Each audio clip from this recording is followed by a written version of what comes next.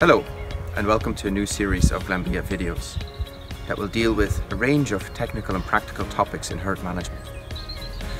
My name is Joris Somers and I'm the Veterinary Advisor with Glanbia Ireland, and in this week's episode we will delve into several timely tips ahead of the breeding season with some expert advice on pre-breeding nutrition and grassland management, as well as cover some infectious diseases that can impact your herd's fertility. First up is Richard O'Brien from Teagasc with some important considerations that will help you achieve a successful breeding season. Richard O'Brien here, Teagasc Kilkenny. Today I just want to touch on three key points before the start of the breeding season. The first one, and I suppose given the circumstances we're in at the minute, is to use sire advice to help our AI technicians. So it's a means of getting information through to the handheld that the AI technician would use on farms. And also with the sire advice is to pick enough bulls, pick 8 bulls for 100 cows or 16 bulls for 300 cows on the sire advice, and use them evenly across the herd. Use high EBI sires on heifers and on cows, but on heifers be very careful that the calving, that there's enough records there for the calving difficulty and that the calving difficulty figures are reliable. The second point here is body condition score of cows. When I walk through a herd of cows, I usually look at cows and say, are they fit, are they thin, or are they fat? So thin cows might be 5% of the herd, it could be heifers, it could be second calvers. They need to be milked once a day for the next 3 to 4 weeks, and that will help them to put on body condition and get them cycling properly before the start of the breeding season at the end of the month. The third point is to record cows now that are not coming cycling. So in other words, a practice that's often carried out on farms is to tail paint all cows red now, and that might have to be done twice more before the start of the breeding season. Tail to paint them red. Only top up the cows that haven't the tail paint removed over that 3-week period, and then the cows that are still red at the start of the breeding season, these are the cows then that we need to get the vet out to check out these cows. Thanks for that, Richard. And before we move on to pre-breeding nutrition and grassland management, a few words on infectious diseases. I would just like to highlight several infectious diseases that can be impacting your herd's fertility and point out ways in which to control them. Remember, it's important to include any bulls running with the breeding herd in the control strategies for these infectious diseases.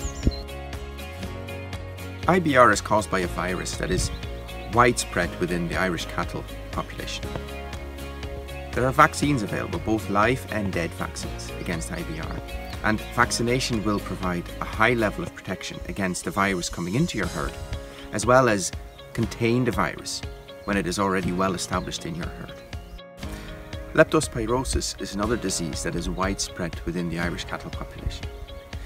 Lepto is often the cause of lower conception rates or empty rates at the end of the breeding season well above the 10%. Lepto can also spread to people, and for those reasons, vaccination against leptospirosis should be part of every herd health plan. Despite the success of the National BVD Eradication Programme, there are still some herds in the country that produce a PI calf every year. BVD can have a huge impact on animal health and fertility, and controlling it is vital. If you manage a herd that buys in a lot of cattle, or if your cows and heifers run in close proximity to neighbouring cattle, or if your own herd has produced PI calves in the last few years, the advice is to vaccinate against BVD to prevent issues caused by this disease. In recent years, there has been a gradual increase in the number of Neospora positive herds in the country. Neospora causes abortions, and it is spread within the herd from dam to her offspring. The best way to tackle this disease is by individually testing both cows and replacement heifers on either a milk sample or a blood sample to identify positive cows and breed those positive cows to beef sires. This way, any female offspring from those positive cows won't remain in the herd as replacement heifers. Any positive cow that aborts should be removed from the breeding herd. That brings us to the final topic for this week's episode. Here is our own Maeve Regan with some valuable information on pre-breeding nutrition and grassland management. My name is Maeve Regan, Technical Sport Advisor with Glanbia, and part of this week's series I'll be talking about pre-breeding nutrition and current grassland management tips. According to Pasture Base this week, current grass growth rates of 27 kilos of dry matter per hectare per day are being achieved as an average. This is on par with growth rates achieved this week last year in 2019. However, it's expected that we'll have a growth spurt in the coming days, which comes in line with second rotation starting in the coming days, and some have already kicked off on farm this week. Second rotations should ideally begin when you have a cover of 1200 kilos of dry matter per hectare on your first graze paddock from your first paddock, and then obviously you have covers of approximately 1000 coming behind that paddock also. In cases where grazing was delayed this spring, or where there's surplus amounts of grass still available and left in the first rotation, avoid delaying that second rotation and skip paddocks in the first rotation as surplus fails in order to make sure that high quality grass is available to the cow at all times, especially in instances where that first graze paddock is at the target pre-grazing height of 1200 kilos of dry matter per hectare. As we're 3 to 4 weeks out from the breeding season commencing, it's now as important as ever that the cow's nutritional requirements and those of her production are met at all times at grass. When we look at herds where cows have lost greater than half a body condition score in that crucial period post-calving to breeding, compared to herds that have lost less than half a body condition score in the same time frame. Herds that have lost less than half body condition score during this time would expect to see 10 to 15% more cows in calf 6 weeks into the breeding season. In regards to production and kilos of milk solids output per cow per day, current targets stand between 2 and 2.3 kilos of milk solids per cow per day. Our open source future farm monitor herds are currently outputting 2.16 kilos of milk solids per cow per day. We often look at cows in the breeding season as ATM machines. You can't get out what you don't put in.